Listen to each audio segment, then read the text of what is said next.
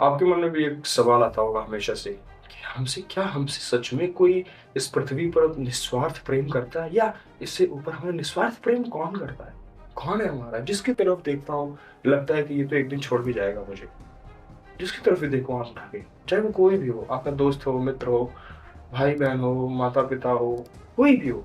देखोगे तो आपको लगेगा यार ये तो मुझे एक दिन छोड़ के चला जाएगा। फिर हमें सच्चा प्रेम कौन करता है? तब आपके अंदर से वो स्फुरण होगा कि भगवान, एक भगवान। और यहाँ की बात अगर कर रहे हैं तो माता-पिता, कि माता-पिता से बड़ा प्रेम हमसे कोई नहीं है, कोई निस्वार्थ मत होइए। जहाँ आपका कोई भी स्वार्थ ना जुड़ा हो किसी भी प्रकार से, आपसे उनका कोई स्वार्थ नहीं। ना उनको कोई आपसे ऐसी चीज़ें हैं कि नहीं हम इसको इसलिए प्रेम कर रहे हैं कि ये हमारे लिए ऐसा करे। बिल्कुल नहीं, आप उनकी संतान हो। उसने आपको शरीर से आपको जन्म दिया है, 9 महीने अपने पेट में उस माँ ने आपको पाला है, सींचा है। जैसे एक किसान अपनी फसल को सींचता है।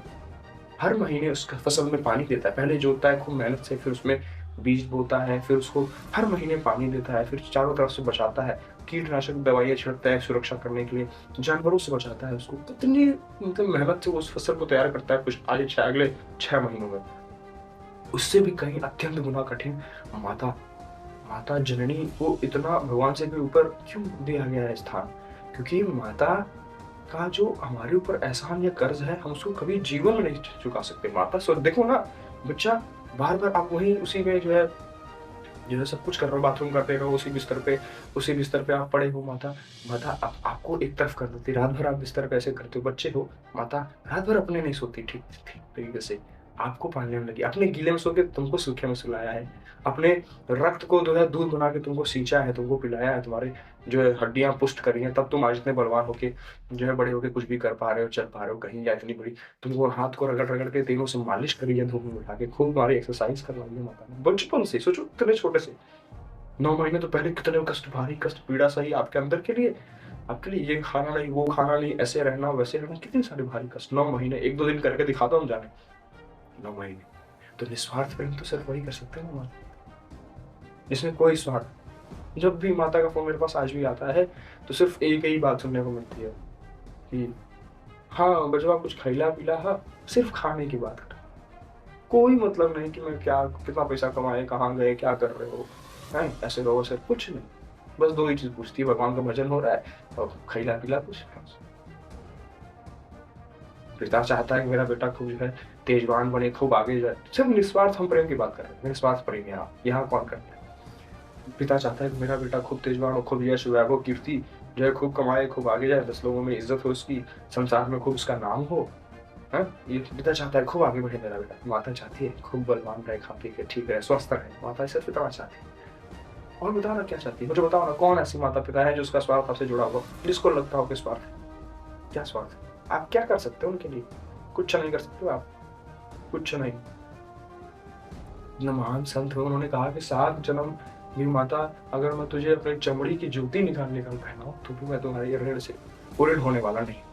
इस कर्ज से मैं बाहर नहीं निकल सकता जो तुमने दिया है, जो तुमने इतना पाल-पोस के बड़ा किया है, जो जिसकी वजह से मैं इस संसार को देख पा रहा हूँ, संसार के जो है रीति-रिवाज़ों में ढल पा रहा हूँ। देखो ना, कितना बड़ा, कितनी बड़ी अहेतुक कृपा करी है माता ने। और भगवान, एक माता-पिता, दूसरे भगवान, तीसरा कोई नहीं। हम तो कह रहे हैं लिख दें कहीं, तुमसे कोई निस्वार्थ प्रेम नहीं कर सकता यार। कुछ ना कुछ स्वार्थ है, चाहे वो स्वार्थ का मतलब ये नहीं कि आपसे कुछ स्वार्थ ही है तभी कोई प्रेम कर रहा है।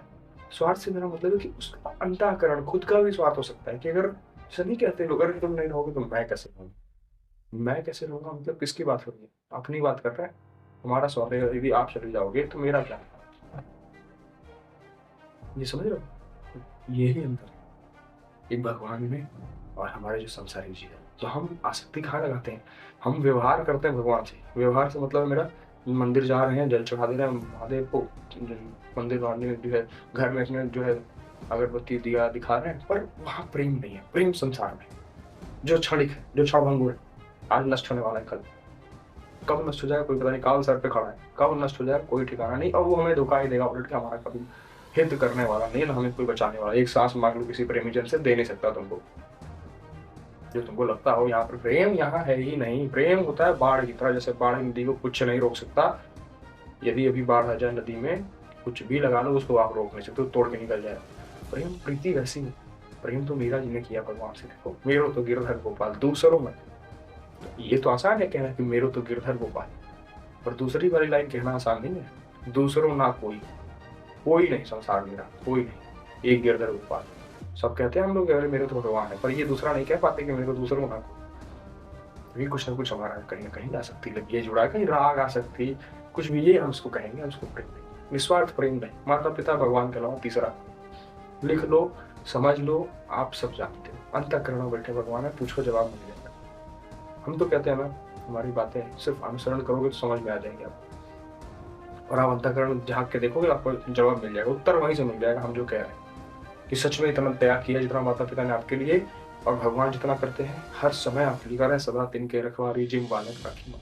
इतने करुणामयी, इतने करुणामयी, करुणा के रूप में नर्मदा नदी बह रही है। देखो, महादेव इतने कृपालु हैं कि उनके करुणा स्वरूप, इतनी करुणा, ऐसे एक दिन महादेव इतने करुणा में हुए कि करुणा रूप जो है बहने लगा। वो नदी के रूप में, नर्मदा नदी के रूप में, नर्मदा जी है, नर्मदा नदी के रूप में बहने लगे। कैसे? किसके लिए? हमारे लिए। हेतु कृपा करिए, उनके हम अंश है। तो सिर्फ मेरी विनती मानिए, हाथ जोड़ के, निस्वार्थ प्रेम अगर ढूंढना ही है तो माता पिता के चरणों में ढूंढिए और भगवान के चरणों में ढूंढिए, जिससे आपका लौकिक पारलौकिक दोनों काम हो जाए। बाकी यहाँ कोई किसी से प्रेम नहीं करता, ये पक्की बात मान लो। सबसे व्यवहार करो, हम ये नहीं कहते कि प्रेम नहीं करता इसका मतलब हम सबसे झगड़ा कर लेंगे, नहीं नहीं नहीं, सब भगवान के, हम भगवान, मैं सेवक पूरा चराचर, मैं पूरे चराचर का सेवक हूँ और सब रूप मेरे भगवान है। ऐसा मन में धारण करके सबकी सेवा, सबको, सबसे खूब प्रेम व्यवहार से बात करना, और आसक्ति राग किसी से ना लगे, मोह ना लगे। ऐसा पता रहे अंदर अंदर से कि हाँ, माता पिता के और भगवान के अलावा तीसरा कोई स्वार्थ प्रेम नहीं करता।